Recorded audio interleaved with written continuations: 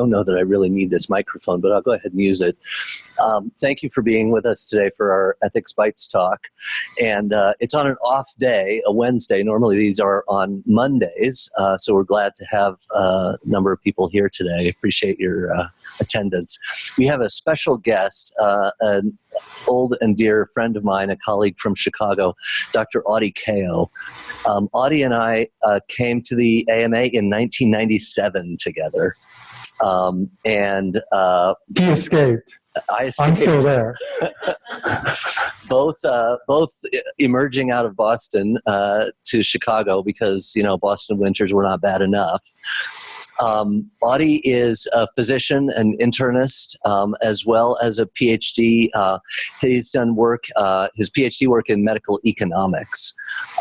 And he has been the leader of the AMA's ethics programs for, 18 years. Not more quite or less. that long. Yeah. Long So it's a great pleasure for me to be able to introduce Dr. Audiey Kao, whose talk today is on professional self-regulation in medicine, earning the public's trust. Thank you, Matt.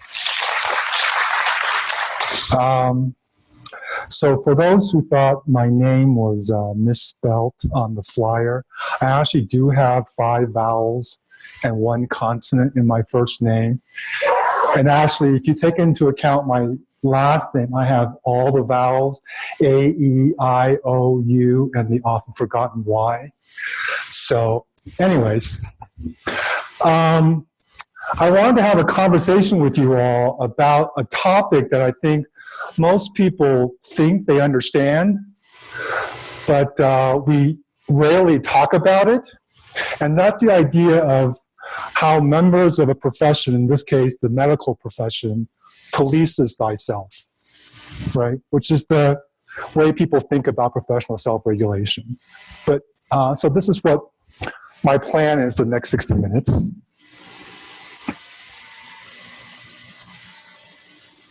So I'm going to start with the question and get people who aren't quite having stuff in their mouth try to respond to this question.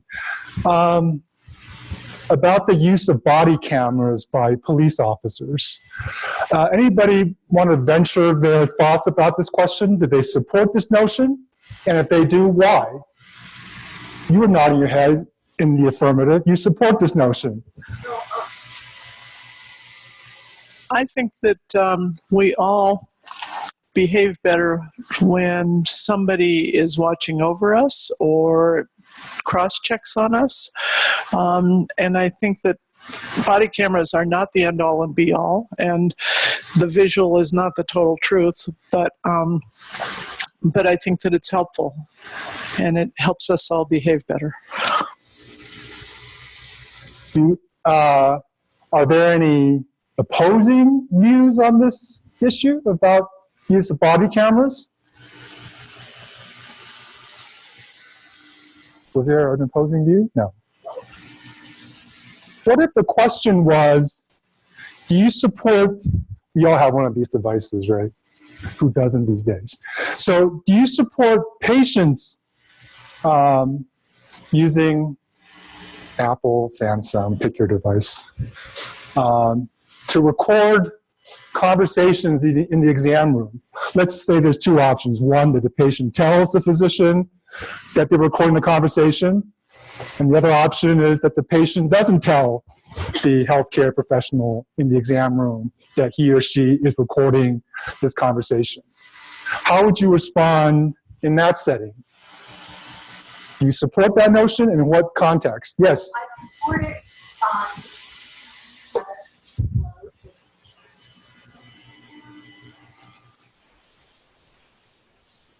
Why?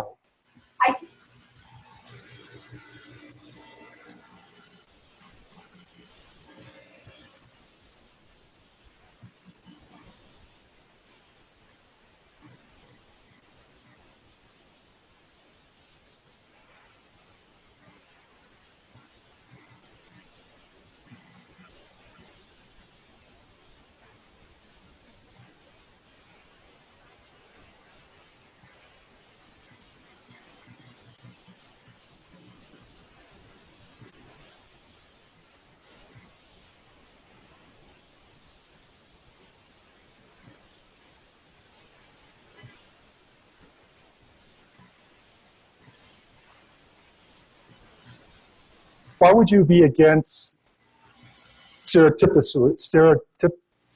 what I mean, not telling the physician that you're recording the conversation? Why would you be against that? Because I'm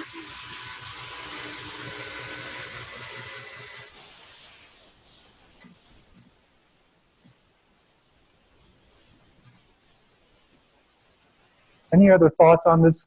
Yes, looked like you had something to add. Well, I'll push against that and say that we should be behaving that way all the time as a provider. And, you know, in London, they have cameras on every street corner watching everybody doing everything. And once it becomes sort of part of the culture, I would think that you don't need to disclose necessarily as a patient.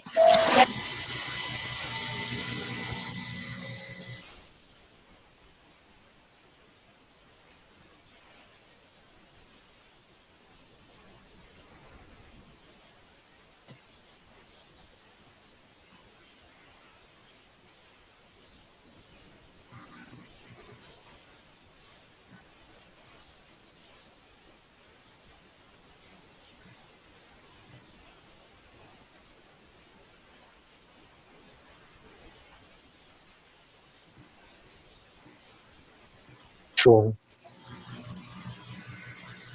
Any other thoughts on this? Okay, so I think, oh, yes.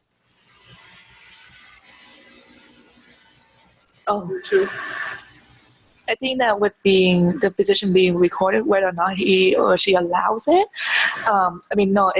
if he knows that he's being recorded, I feel like it might lead to extra tests, extra diagnostic labs or imagings that are not necessary. But the physician will do that just to protect him or herself in the case, just because knowing that everything is recorded. Mm-hmm. Similarly to how a physician would treat their fellow physician who's a patient. Sure. Anything else? Yeah, Matt? I thought you were going to say, do you support the use of body cameras by physicians? Well, that could be true too. Yeah. Raises the question, what's the difference between the professional role of physician and the professional role of police officer? Yes. Yeah, and I agree. And to your point as well, you defended physicians as saying that we should always be behaving as though we're being recorded, but that line of reasoning you did not extend to police officers. I agree that police officers, at least in the United States and at least over the last few years, have shown themselves to be undeserving of such trust, and that's why I support the use of body cameras. Perhaps we just don't know as much about physician activity as we do about this sort of higher stakes stuff that happens in the that eventually comes to light in the public sphere with police officers. I don't know. I'm open on the question. I'm an anesthesiologist, and I think a lot of what we do in the operating room could be interpreted in the wrong way. Gallows humor is an excellent way to diffuse tense situations. And it's even speculated, I don't know if it's been tested empirically, that such humor can actually make team dynamics better, ergo safer for the patient. Now, I am not condoning, malign comments about patients and whatnot that came to light a couple of years ago about that anesthesiologist in California. But on a sort of more general level, that could really be misunderstood as being offensive when that's not the intent. Yeah. Yes, Mark. The reason I support body cameras for police officers is it adds a level of accountability that is not otherwise accessible. And I'm not sure that you get that same advantage with a intrusive videotaping in an office in the clinical situation. Right. So I think that the responses that I'm hearing, in many ways, are similar to responses I've heard when I posed this question in other venues. And in many ways, it is the kind of the backdrop to understanding the limitations of professional self-regulation, right? Because people are talking about, well, what influences human behavior? Ideally, we would like to think that individuals who are called or aspire to care for people who are sick and vulnerable would behave honorably all the time. Knowing human beings, we know that's not the case. And so let's move on to exploring professional self-regulation. So the underpinnings behind whether or not professional self-regulation works sufficiently is based on the notion that physicians or any other highly trained expert are the best judges of what is normative behavior in their collective, and that individuals outside this collective are really not in the best position to make those judgments. So it's best for me as a physician colleague of Matt and Mark to be able to judge their conduct and therefore hold them accountable for their actions. If a profession like medicine or nursing or the clergy and other professions do that well, medicine implicitly grants them a certain degree of autonomy to do that. Obviously, there are countless examples in recent history and not so recent history where professions haven't done that very well. And we all know those situations. And that's when society's trust in those professions can be undermined, sometimes permanently. So I like to think of professional self-regulation as having three components or three legs of a stool. And the first leg is you have to establish the norms, the standards of conduct that you expect from members of that collective, that profession. If you don't establish those standards, then there's no way I can judge an individual member's conduct against that. So that's the first critical step in the three-legged stool. Once you've established the standards of conduct, then members of the collective, physicians, have to know what those standards are. It's fine if you have the standards, but if they're gathering dust on some wooden bookshelf or digital bookshelf, that isn't going to make any difference. You have to know what the standards are. That's the second leg. And the third leg is having a mechanism to enforce adherence to those standards and obviously deal with individual members of the profession who violate those standards. So these are the three legs of the professional self-regulation stool. So with regards to standards in medicine, there is the scientific or clinical standards of medicine, and then there's the art and ethical dimensions of medicine for which there are also standards. And so obviously in modern medicine, because we're driven by evidence, there are certain practices of care that would be accepted as appropriate, and that these guidelines are perpetrated by many organizations, including societies of various specialties, are those standards. And the whole goal here is that you want to treat like patients the same, right? That seems reasonable. If all things being equal, you want to treat both patients the same way. Now, this work by colleagues at Dartmouth has kind of set the groundwork. They started this like 3-4 decades ago, looking at geographical variations in care. So these individuals at Dartmouth started to just collect data about the types of services, the types of care that individual patients receive across a variety of outpatient and inpatient settings.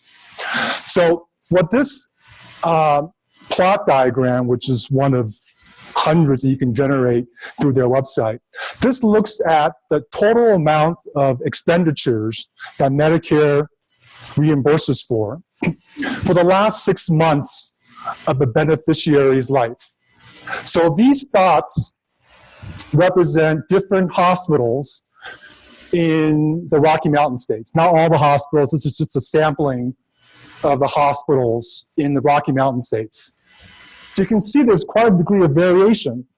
Even after controlling for things like age and sex and gender and comorbidities, all the things that the researchers could find that they think would explain some of this variation, because there is appropriate variations in care, right? Because patients aren't the same, right? We're not all alike. But even after controlling for it, you can see the great degree of variation here. Any idea where University of Colorado sits on this? Do you think it's high, medium, low? Oh, well, there is no x-axis. I'm sorry. So it's just the y-axis is just the amount.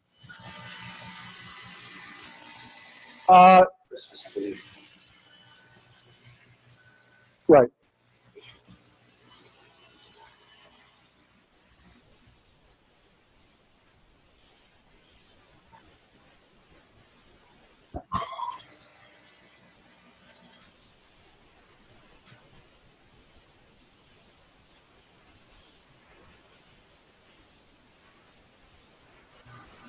Yeah, but this is the typical way the Dartmouth Atlas has presented their geographical variations in care. So any idea if University of Colorado is in the top half or the bottom half? The bottom half is lower spending, total Medicare spending in the last 6 months of life. Any guesses?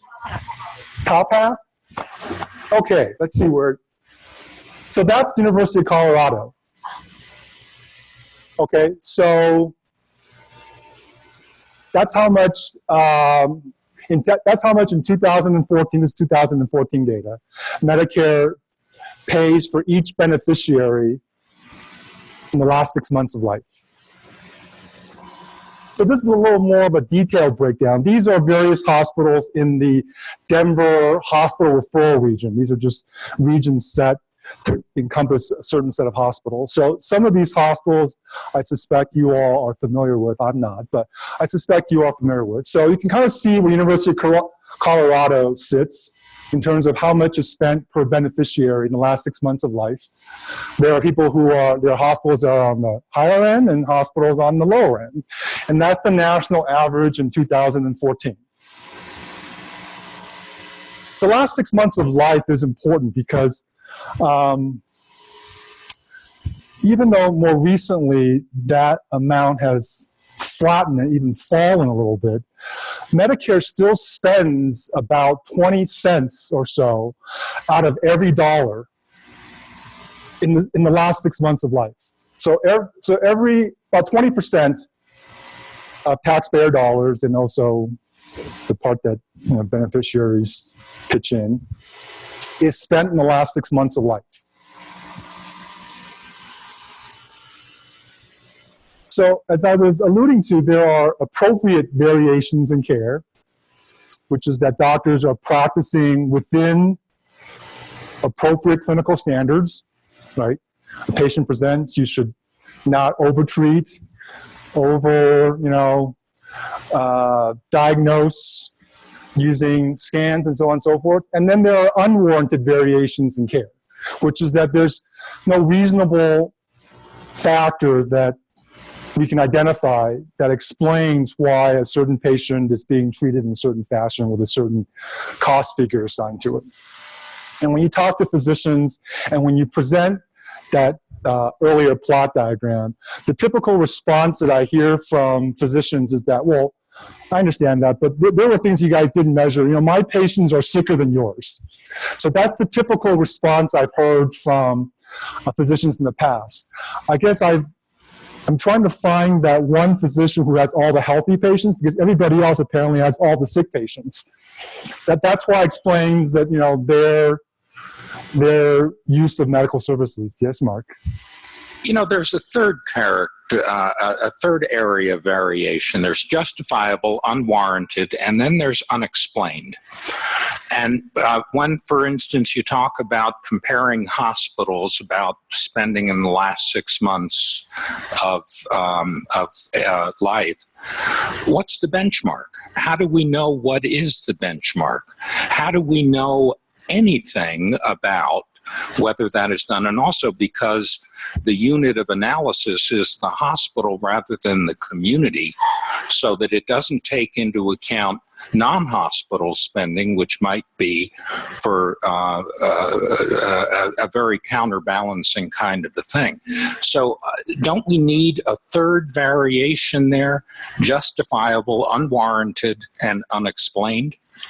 Yeah, I mean, I will give you that. I think that there, in any exercise of measurement, there's always going to be a degree of uncertainty because we can't measure everything. So if we want to separate that out as a separate category, I think that's reasonable. I think that at the same time,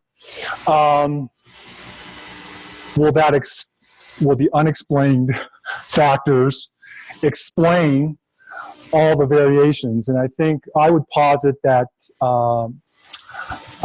it doesn't. And as an economist, and this phenomenon's been studied and been verified over the decades, which is notion of this supply-induced demand, which is that, you know, if your hospital has a new PET scan or whatever it has, or it has a new MRI it just bought, you know, it's going to use it, right? And somebody has to pay for it. If you're in a hospital that doesn't have a PET scan or other services, you're less likely because you're not necessarily a supplier of those services. Now, does that explain all the unwarranted variations? Of course not. So transitioning from clinical standards to ethical standards, when Matt was there and when I'm still there, you know, I spent a lot of my waking hours trying to perfect what is inherently an imperfect document. And this imperfect document is the AMA Code of Medical Ethics. So in brief, the AMA was founded in large part to create this document, which we may either take for granted or thought it was always there, but it wasn't always there, and we shouldn't take it for granted. And so prior to 1847, there was no such document of this sort. And essentially, it is a document that sets out ethical norms of conduct for physicians. So to the left of the screen, you see the original cover, and then this is the current edition of the code, which was recently modernized after an 8-year odyssey. And I don't want to get into the beltway discussion about how the code is developed. If you want to know further, here are two people who can always talk to. They know enough about it to fill many chapters. But in essence, the code is developed through a democratic deliberative process. So positions about what physician conduct should be under certain specific circumstances are presented to a body of physicians. They deliberate on it, they vote on it, up or down, and depending on those decisions, if they are adopted by the AMA policy-making body, it becomes part of the AMA Code of Medical Ethics. And I've already mentioned and now underlying infinite times that it is a living, imperfect document, as most products of human enterprises are. So I'll just pick out one because it's a standard that's in the current code, that is one that I'm not sure if in flux is the right word for it, but obviously the issue surrounding doctor-assisted suicide or doctor aid in dying, you know, people choose different terms depending on which side of the argument they're in. So linguistics here is obviously quite important. But in the Code of Medical Ethics, the current opinion or the standard in the code is doctor-assisted suicide. It's not doctor aid in dying or doctor-assisted dying. It's doctor-assisted suicide. And you can imagine AMA's current position is counter to the legal prescription that you all have access to here in Colorado and a few other states, with the exception of Montana that was deemed legal by court decision. And so, as I said, the AMA Code is a living document. There are, many physicians who think that this norm is unethical. There are many other physicians who just think the exact opposite. So this is a project we are currently engaging in to explore the status of this standard. So just a few slides about the state that has had the most experience with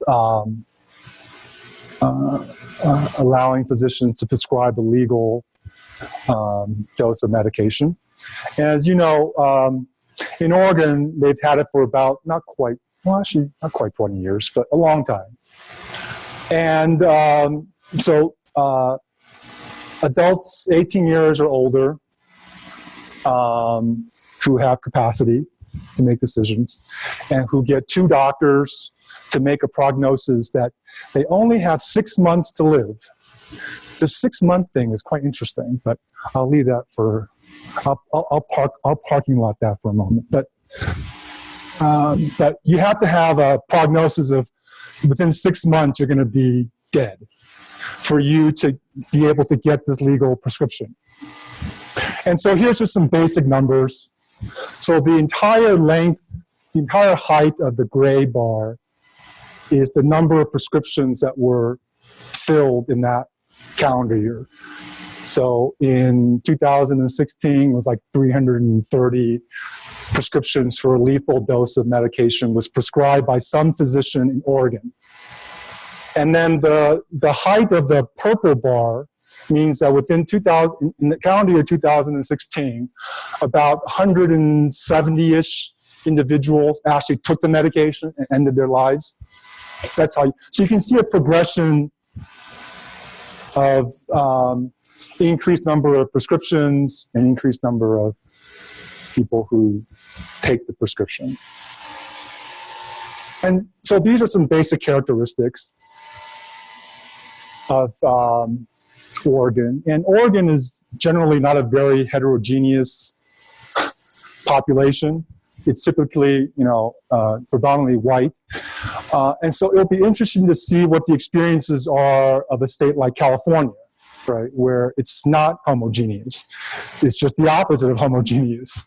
But in general, in Oregon, people who avail themselves of this medical service, let's call it that, because that's what it would be looked at in Oregon, are usually white, married, college educated, and they're usually more, they're not low-income people. They're usually, as I said, people who are well-educated and so forth. And that's been the case over the entire course of the legislation or the act in Oregon. And here's just some underlying illnesses that prompted people to seek the, so not surprisingly, the vast majority of the people seeking the lethal dose of medication are people, suffering or experiencing cancer. You can see how HIV is kind of falling off the list. It's almost kind of chronic disease now. It's no longer really something that, you can imagine if this was available to people back in the pre-AZT days, that'd be a much larger number. Most people die home, and maybe surprisingly or not, the physician who actually prescribed the lethal dose of medication is rarely present when the patient takes the medicine.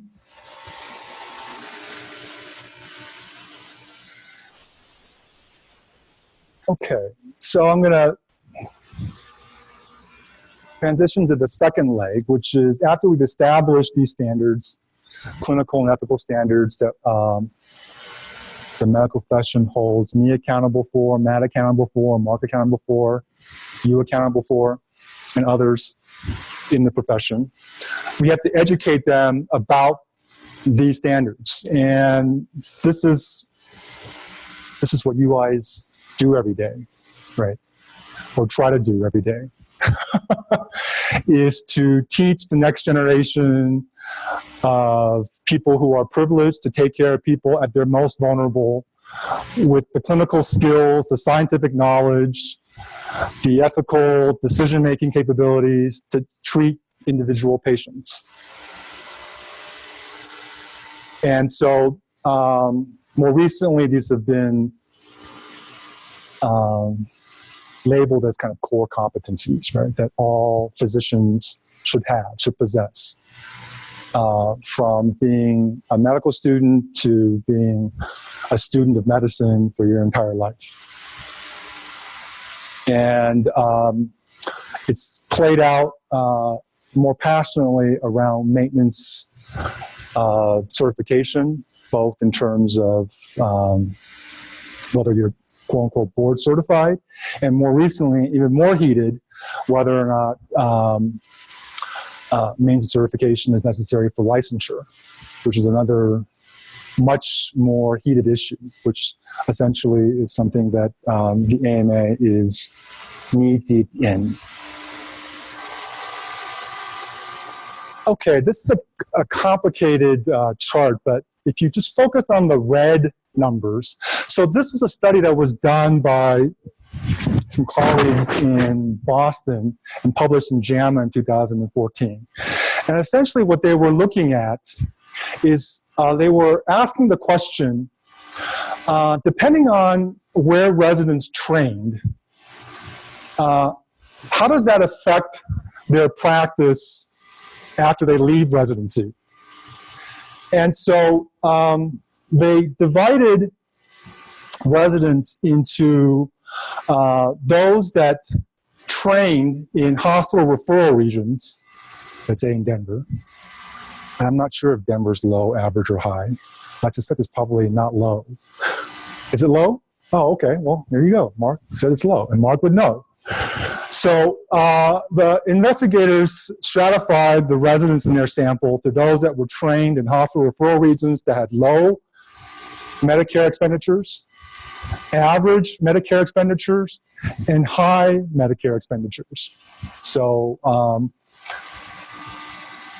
Matt and I both trained in Boston. We probably were in the high hospital referral region training programs.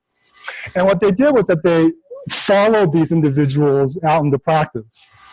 And what they basically found is that they found an association between those who trained in high expenditure hospital referral regions, almost regardless of where they practiced, with the exception of if they were in a low practice hospital referral setting, then there was no difference. But if they were in an average, after they finished residency and fellowship, they went into practice, and their practice was in an average hospital referral region. If you trained in a high hospital referral regions, you spent more per beneficiary than, let's say, a person who trained in a low expenditure hospital referral region. And that difference was even bigger if after graduate medical education training, you practiced in a setting with a very expensive hospital referral region. So you can see the differences of 1926 to 897 between average practice hospital referral regions and high. And that this is unadjusted. So they also looked at, well, how long do these differences persist, right, after they leave residency and fellowship? At least in the unadjusted analysis, they found significant differences many, many, many years after finishing residency. So for some, you know, they followed 19 years after residency training. That if you trained in a high expense hospital referral regions, you tended to spend more per beneficiary in your practice, as demonstrated in this. This longer temporal period kind of washed out when they adjusted for various patient factors. So here is just another graph where they, and again, the details of the beta coefficients aren't that important, but it basically, after adjusting for what they thought could explain some of the variations in expenditures, there was still significant differences 8 to 15 years out, which is a long time. Yes.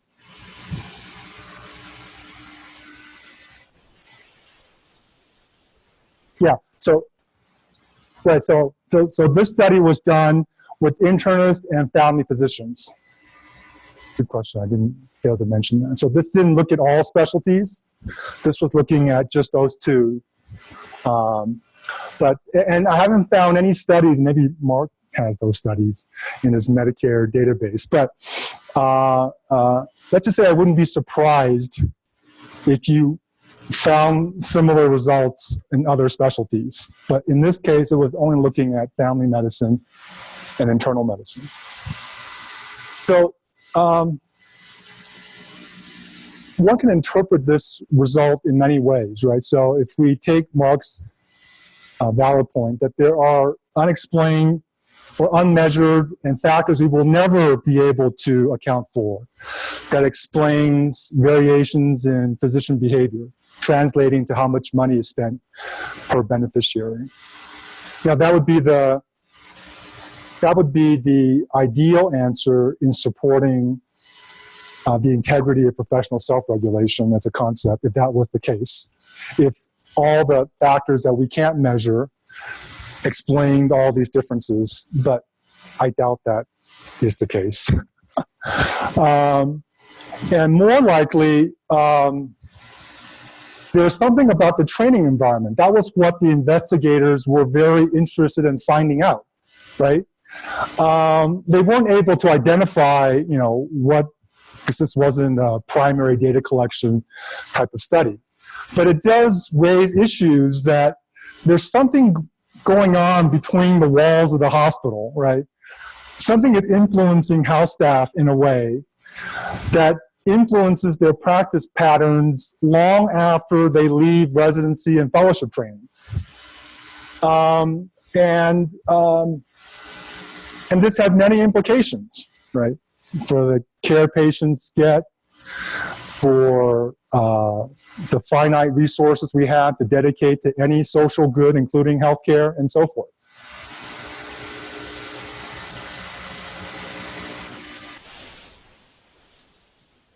So something is going on in terms of us being able to train physicians about treating like patients the same.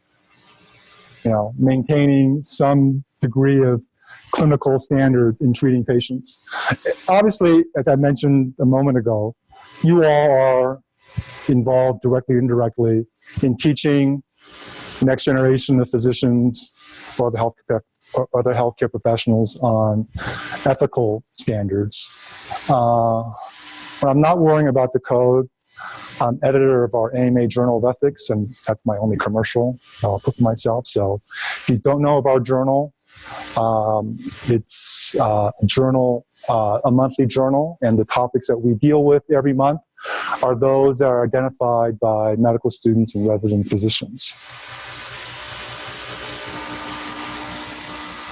Okay, rounding the bend. To probably, if the first two legs weren't challenging and daunting enough, right, which is trying as best as one can as part of a human collective to establish sound standards of behavior that you hold others in your collective accountable, and that we are able to perfectly impart the knowledge, the attitudes, the values, the skill set to future members of that collective so that they could apply those standards appropriately. Let's assume that all those things can be done perfectly. This still remains the most challenging, in my opinion, leg in the three-legged stool, because humans are human beings, right? So even the perfect standards and perfect education, they will find a way, consciously or not to always behave in a defensible manner. And so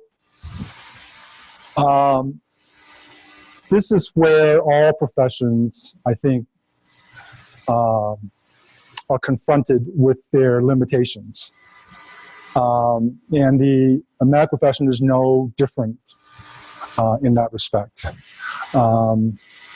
Some components of this part of the leg includes the specialty societies that I've alluded to earlier, and probably less so, ironically, now than maybe 40 years ago, when the AMA exercised more authority, for better or for worse, in the profession of medicine. It actually had more power, whether or not they always applied it, to rein in outliers, right? It still has some ability to do that, and Mark was intimately involved in that when he was part of that enterprise. So there is the kind of infrastructure that's in place for the third leg to work, which involve variations of organizations of physicians, right? That's why there's professional self-regulation. It wouldn't be professional self-regulation if it was a third party, whether it's an inanimate third party like a body camera, or the government, or the courts. That's obviously another force that influences individual and collective behavior, but that's not professional self-regulation. That's regulation by third parties. So there's the collective infrastructure that one needs to implement the third leg. And then there's the individual responsibilities that physicians have, right? And this is, I can tell you, also extremely challenging for physicians, right? Which is, you suspect not even that a physician is impaired, because in some ways, if they're, physically or psychologically impaired, in some ways that is easier. I'm not saying it's easy, but it's those other circumstances where doctors, and I found in my interactions with physicians, if you talk to physicians in any community long enough, or not even that long, all of them know the subset of physicians that they wouldn't send their children or loved ones to. They all know who these people are when you ask them privately. But they keep relatively silent. These docs continue to practice medicine. Nothing is really ever done in my travels and talking with my colleagues in medicine. And even though there's a standard for this in the Code of Medical Ethics, translating those standards into real life is not 1 + 1 = 2 type of equation. And so these are the kind of skill sets that I rarely find medical schools or teaching hospitals actually embark on, because it's really, really hard to do. Right? And they just want to ignore it, right? Because there's plenty of other stuff they have to deal with, right? The long list of things that doctors have to ask in a 15-minute exam situation, the amount of stuff that keeps added to the curriculum, you all know the story, right? There's plenty of stuff that can be done.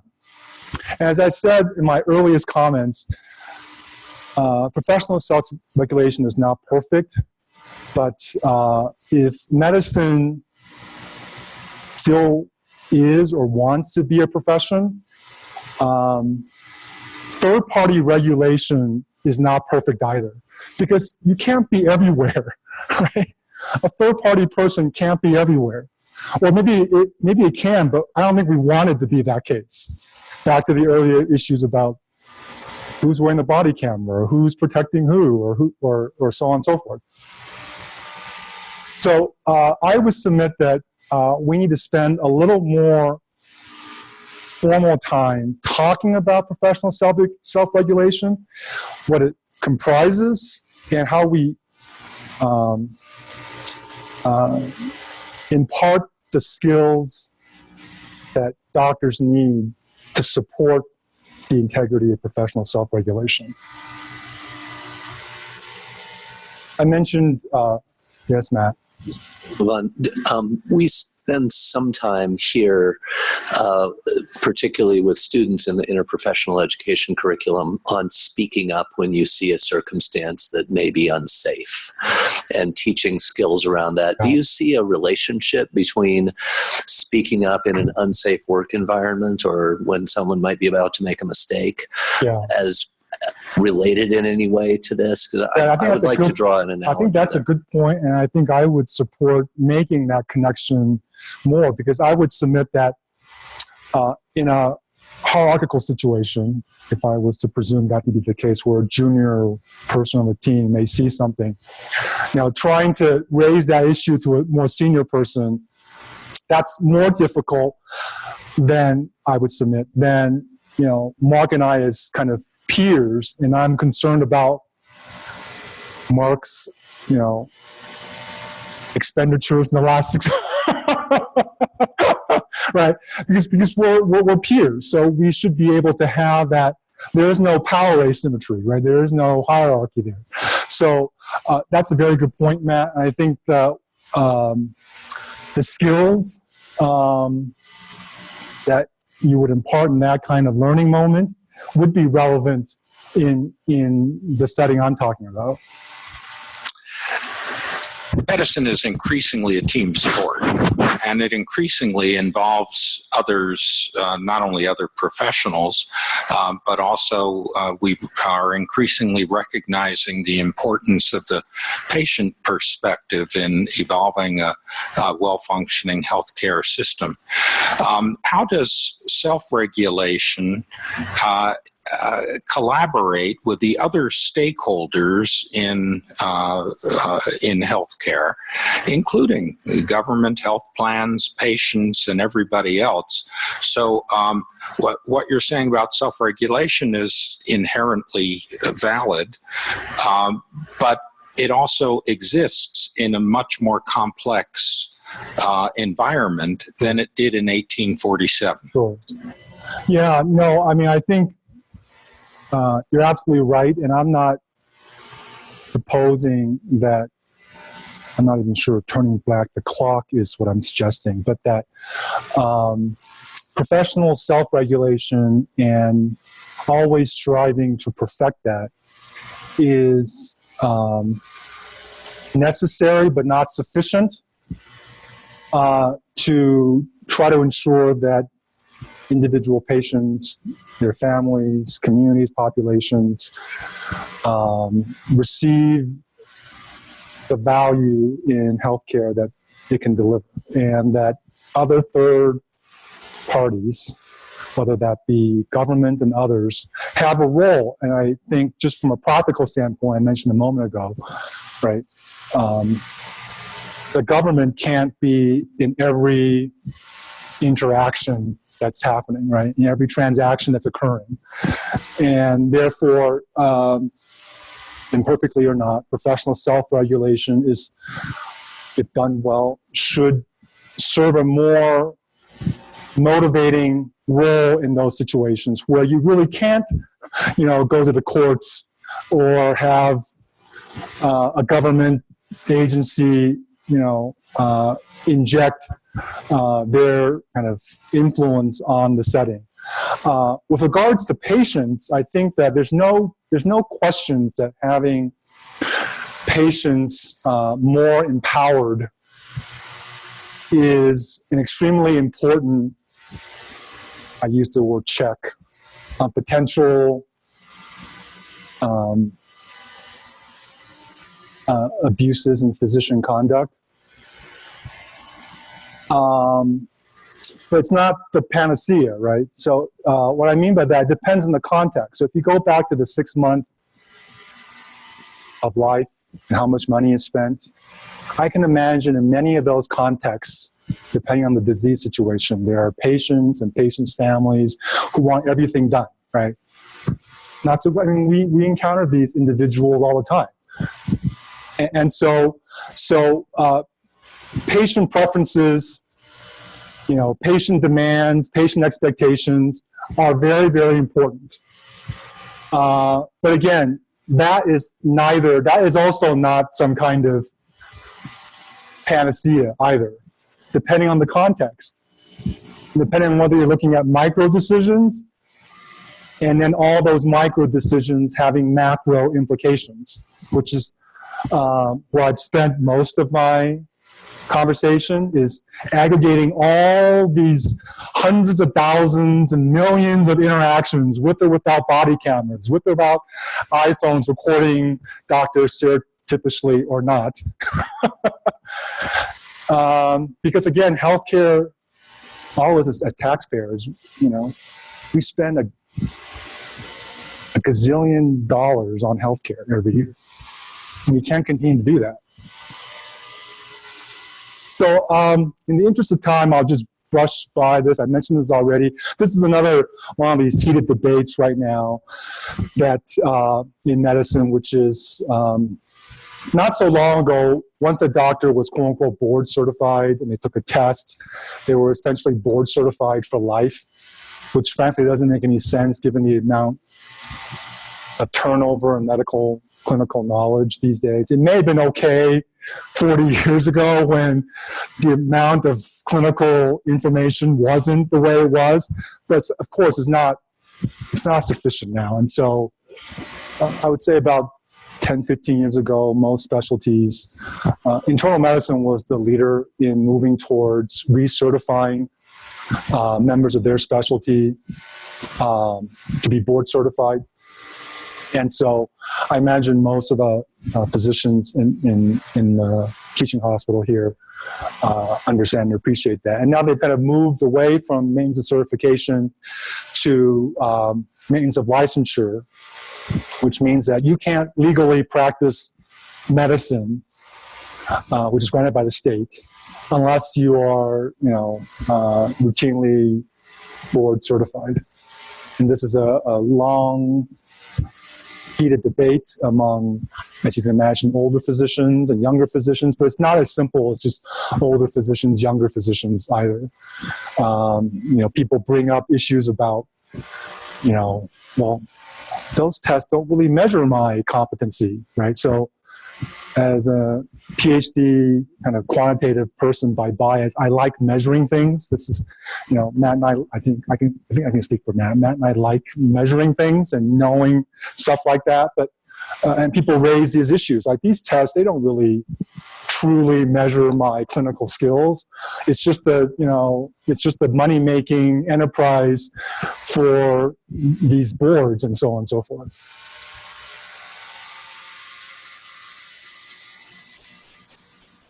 So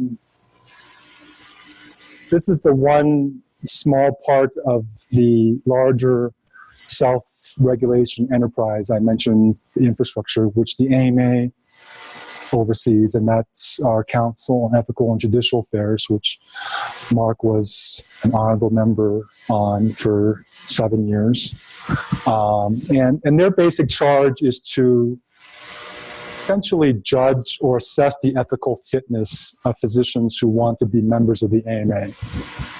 And the standard that they use, imperfectly or not, applied perfectly or not, is the Code of Medical Ethics. And Mark spent many days looking at dossiers of physicians and deciding whether or not they should be allowed to be members of the AMA. These are some of the reasons why physicians were either kicked out or put on probation. None of these things probably come as a complete surprise.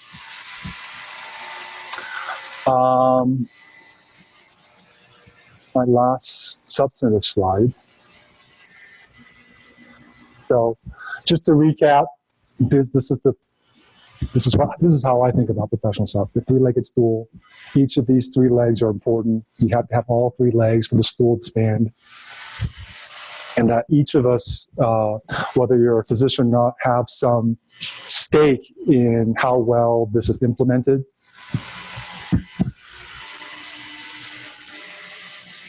Thank you for taking an hour to speak with me. I appreciate it.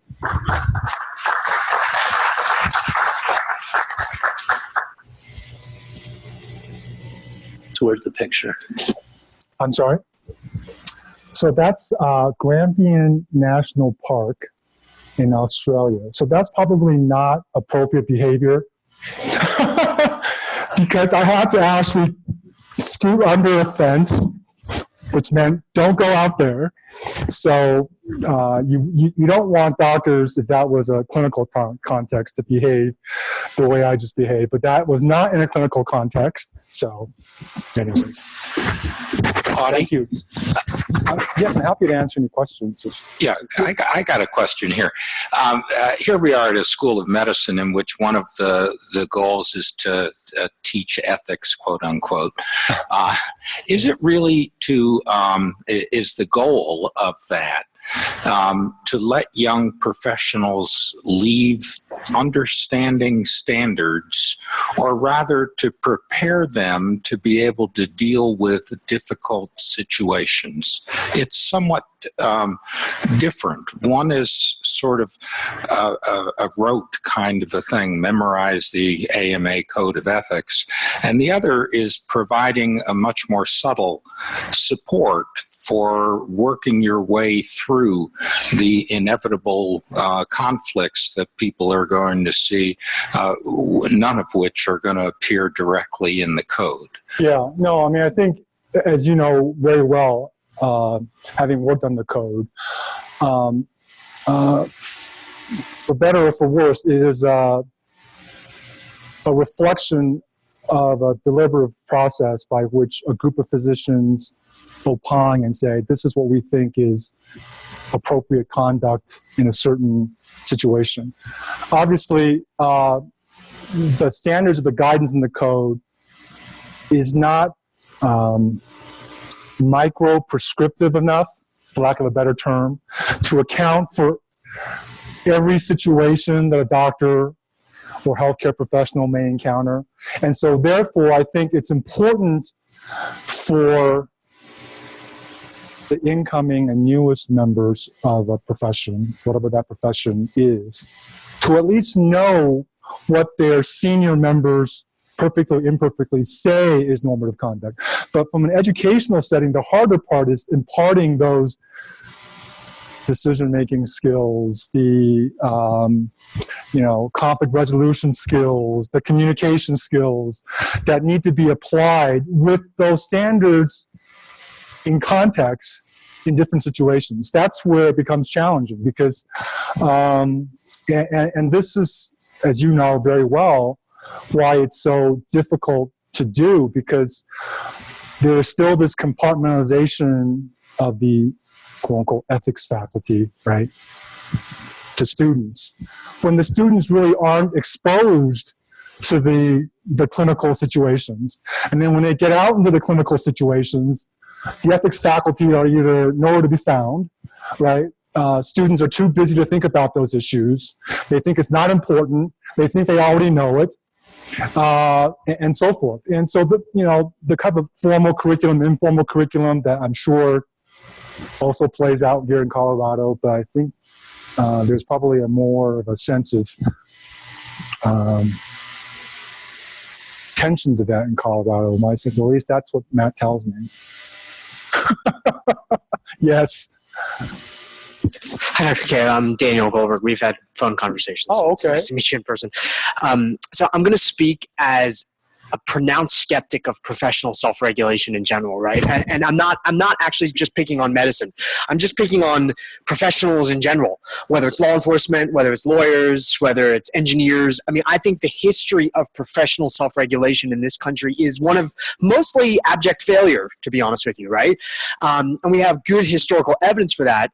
And then I also think we have good evidence from social psychology, from behavioral economics, giving us sort of the mechanisms at work here. You know, why do these things tend to fail? I think we have good reasons. I think we have a decent understanding of some of the many reasons why these things tend to fail. So given all of that, I take your point that third-party regulation has its own problems as well. So there's always going to need to be a mix of them. I guess my question for you is, why not just sort of take what sort of, to paraphrase Churchill, right? One, a system of regulation that relies heavily on third party and less on professional self-regulation is the worst one imaginable, except for all the other ones we've ever tried.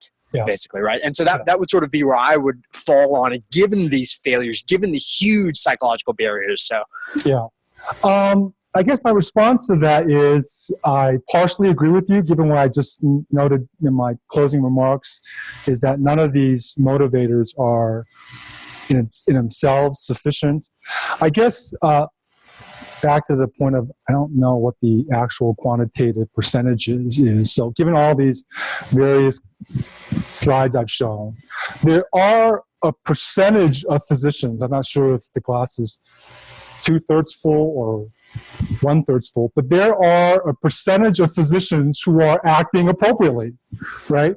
Whatever that means, right? They are not overspending. They are not doing things that are outside the normative conduct. Now, if you were a virtue-based ethicist, you would say, well, that has nothing to do with training, right? It's by luck or happenstance that University of Colorado's admissions committee admitted the most courageous, virtuous, honest, selfless person on the planet. And the harsh training or the inattention of training or the lack of knowledge of standards or lack of knowledge of this or lack of knowledge, that has nothing to do with any of that. Because they were born to be a good physician.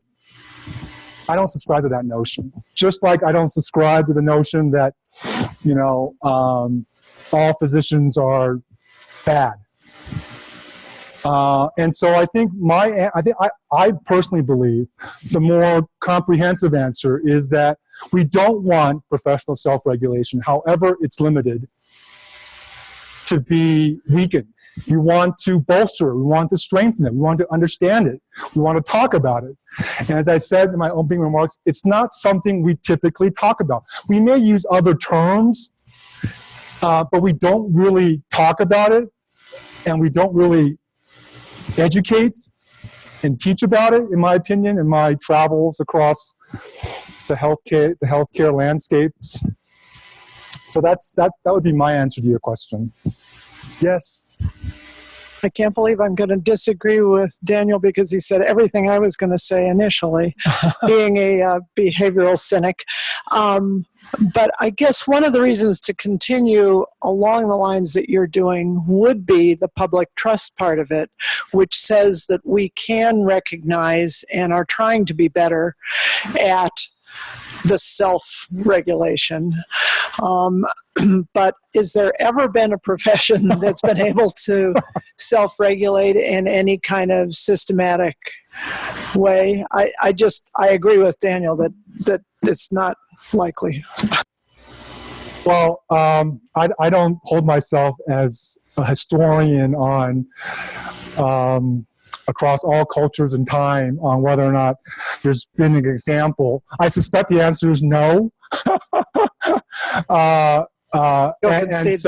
And so I think for me, it's always a work in progress. It's never a work done, and I think that I'm actually more hopeful than I was maybe when I started this whole enterprise, is because I think the types of the diversity and the interest and the types of students that we are attracting into medicine these days, as opposed to back when it was, all white men, not that all white men are evil or all white men are virtuous. I think that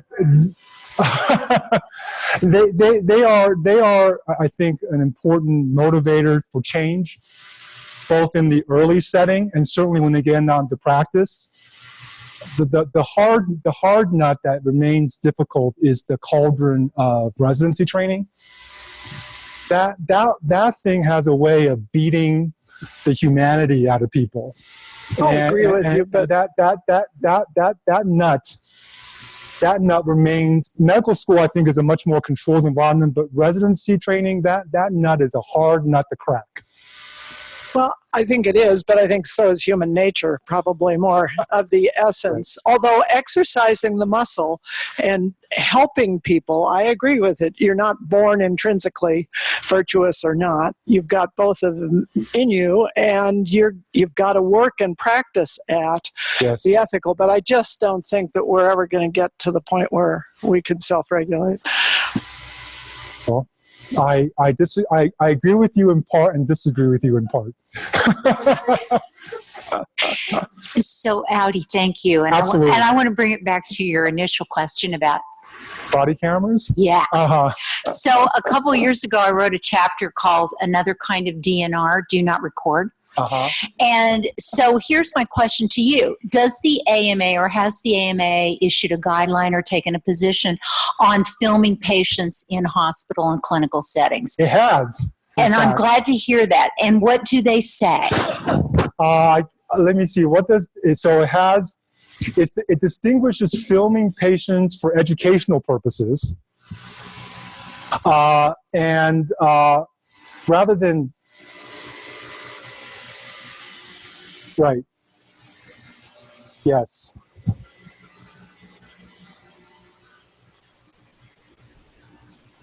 And I remember it was very nuanced. It talked about educational purposes and also in the context of public broadcast, those types of issues. So I will send you a link. Would you send me a link? So I won't garble up that. My own research. Mark worked on, I suspect. My own research over the years showed that it was, it was actually very context specific. Some hospitals like Cedars-Sinai in LA absolutely refuse to do any filming. And of course it's in Hollywood, which was a very, very unpopular decision. While other hospitals, you can watch everything on, in the ER or these things. And there's been issues in which patients have recognized family members who are dying on camera. So, I just wondered, because you brought up the whole, taping and recording issue, if they've provided some guidelines, because it seems to be pretty loose across a lot of different settings. I would appreciate guidance. Yeah. There are also places in Colorado that have telemedicine arrangements with rural emergency departments, in which they have cameras in the emergency department to help the clinicians deal with traumas and things like that.